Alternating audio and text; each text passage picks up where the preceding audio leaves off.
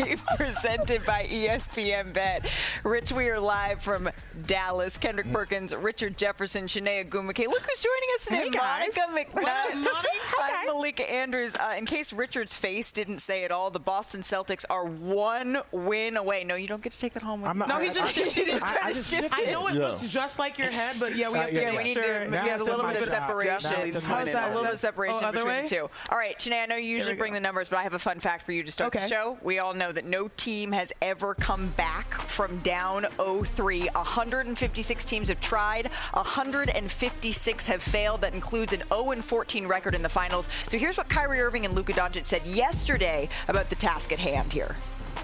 Obviously, sucks horrendously that we're not at least, competitive in this series right now, 3 games in. But it's also about getting experience and learning through these things. This is my first time, so I'm going to learn from it for sure. But we're not in off season yet. They still got to win one more game. Like I said, we're going to believe till the end. All right.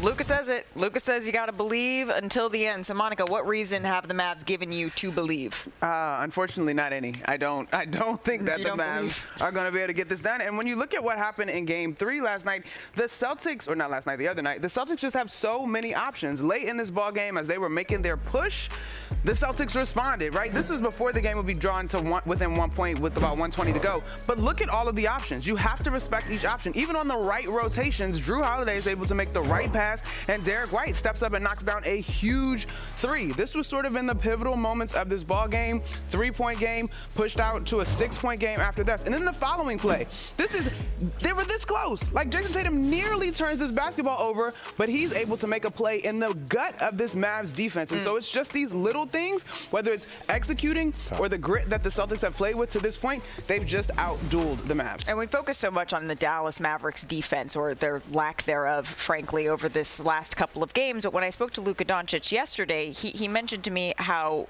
they've been held to under 100 points over and over again. Take a listen to what he had to say here. Do you feel like you still have another level that you can reach even with being this banged up? Yeah, especially, helping my teammates out. They played a different kind of defense we've never seen before in these playoffs. Just let us go one-on-one. So I think I have to help out my teammates more. They play what? One-on-one. They play, making them play a lot of one-on-one. Yeah, that's what he want, right? I mean, he's the lead. He led the league in scoring this year. This is what he want. Should be able to attack these one-on-one matchups, and especially when you have a guy like old man Al Horford, right? You should be able to get downhill. It's the other end for Luka. To be honest with you, I don't give a damn if Luka have 40, 10, and 11 a night. I need to see the other things, the little things that doesn't show up in the stat sheet. Played with too many Hall of Famers on this stage, right? And although they had the numbers in the box scores, we could go to the film room and we could see guys diving on the floor for 50-50 balls. We could see guys cracking back on when their bigs are going to help, things to that nature. I need to see that out of Luka tonight. He needs to get carried out on the stretcher, right? Leave it all out on the floor like Deli did, right? Fighting over screens. Real talk, this got to be personal for Luka. He cannot go into the offseason after that Game 3 performance and what he did to the Mavs, to his team. He has to pick them up. He has to do what he needs to do. When you look at Luka Doncic, we said he's not going to be compared to other All-Stars. He's not going to get compared to Jaylen Brown. He's not going to get compared to Jason Tatum. He's going to get compared to other people in his class. That is the Shaquille O'Neals. Those are the LeBron James, the Kevin Durant's, the Steph Curry's, the guys that are MVP-ready type players, Kobe Bryant. So when we look at their performance, it's not just statistics. Even you look at Kobe Bryant when he won his last championship. Sure. He struggled in the last game, and he had his teammates help him up. It's not always going to be seamless for a superstar. But you've never questioned a superstar's effort in certain spaces. And that's what's unique about right now is that it ain't the numbers, it's the effort. Right. And it didn't matter if Steph wasn't great at defense, didn't matter what was going on. You never questioned anyone's effort, especially on that part of the ball. But I do want to give Dallas, or the Boston Celtics rather, credit for what they are doing. Absolutely. What are they doing to Luka Doncic here today? First of all, I know when we think about the Celtics, we always talk about the duo, Jason Tatum, Jaylen Brown, their star offensive performances. But typically when you win championships, you reference the Warriors, they have had top 2 defenses. Their defense has showed up. Yes, in the regular season, the Celtics had the number 2 defense. And let me show you what this defense is doing over the course of this NBA Finals as we break it down. Let's head to the court. First of all, they're forcing errant passes. This is great defense. Drew Holiday has the first assignment. Now that's Al Horford. And if you watch this right here, he's still helping based off of Luka's power and magnitude. Before you realize that they've had 54 lobs leading into the NBA Finals, they only have 2 at this point based off of those things and also the smothering ball pressure. Watch this right here. This forces a very difficult situation. It's Tillman now getting the switch. And what I love about this is just that they're all committed to this role. It's Luka. It doesn't matter who's guarding him. One-on-one, he attacks and is able to close the gap and contest a shot. But Perk, you always give me credit for these breakdowns, y'all, because this is for you right here. They also are great at sliding those puppies. You know, did you see that right there? Yeah. Did you see that? To me, it's right the on the effort graphic there. defensively. It's the effort defensively that you're seeing, and it's being contrasted to Dallas's lack of through Luka Doncic. And to piggyback off of that, just watching even when Kyrie Irving gets switches, right? We talked about the play yesterday with Al Horford when Al Horford made him take the tough contested 3. But Peyton Pritchard, he's been holding his own, right? When switching out on Kyrie, I'm like, they're making an emphasis to guard the damn ball. And like Drew Holiday comments, he was like, even I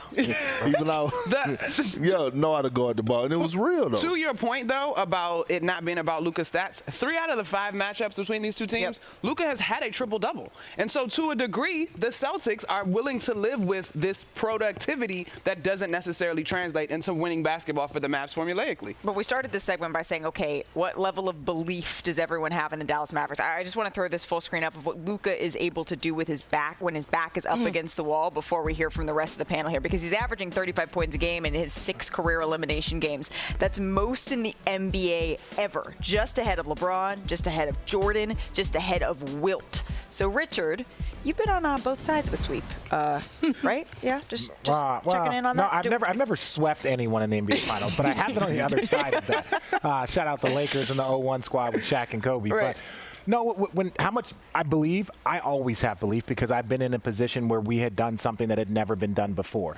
The thing that makes me a little hesitant for any belief is that you had Porzingis. He was an X factor. We saw his impact in game 2. When we got on the plane, when Draymond got suspended, it was like, hey, we needed a little bit of help. We got a little bit of help. So the Dallas Mavericks got a little bit of help. They came into their building. There was no Kristaps Porzingis, and that was the effort that they put forth. That is disappointing. Do I think it's over? They can't win one? No. Because you know who won a game? The Miami Heat won a game against the Boston Celtics. You know who won a game? The banged up Cleveland Cavaliers won a game. Do you know who else won a game? The Indiana Pacers. So if the Dallas Mavericks step up here and can't even win a damn game, it's embarrassing. We can call it what it is. It is fully embarrassing. You are at least healthy because your squad is on the court.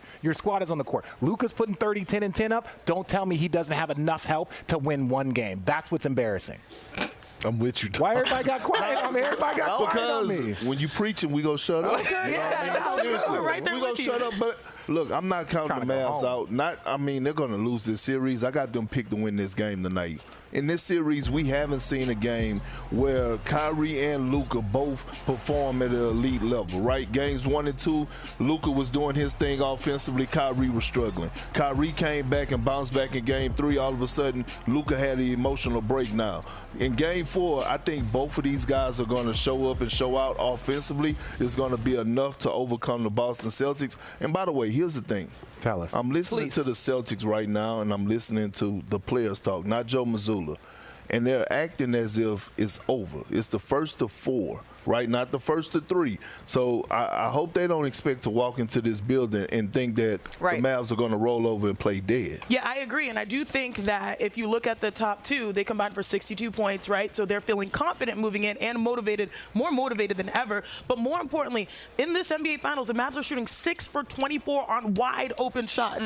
That's only going to go up potentially in game 4. Right, because game 4s or closeout games rather are oftentimes, Richard Perk, you've said this, the hardest games to play here, Monica. The hardest game is to close out a team, particularly in the NBA Finals. I just go back to something that our George Sedano reported on our radio broadcast about the huddle. And when the game got tight, clutch time in the fourth, Jaylen Brown using the word, let's graduate. For all the noise that has been said about the Boston Celtics, oh, y'all, everybody, the best players were hurt on your way here, oh, the East was easy.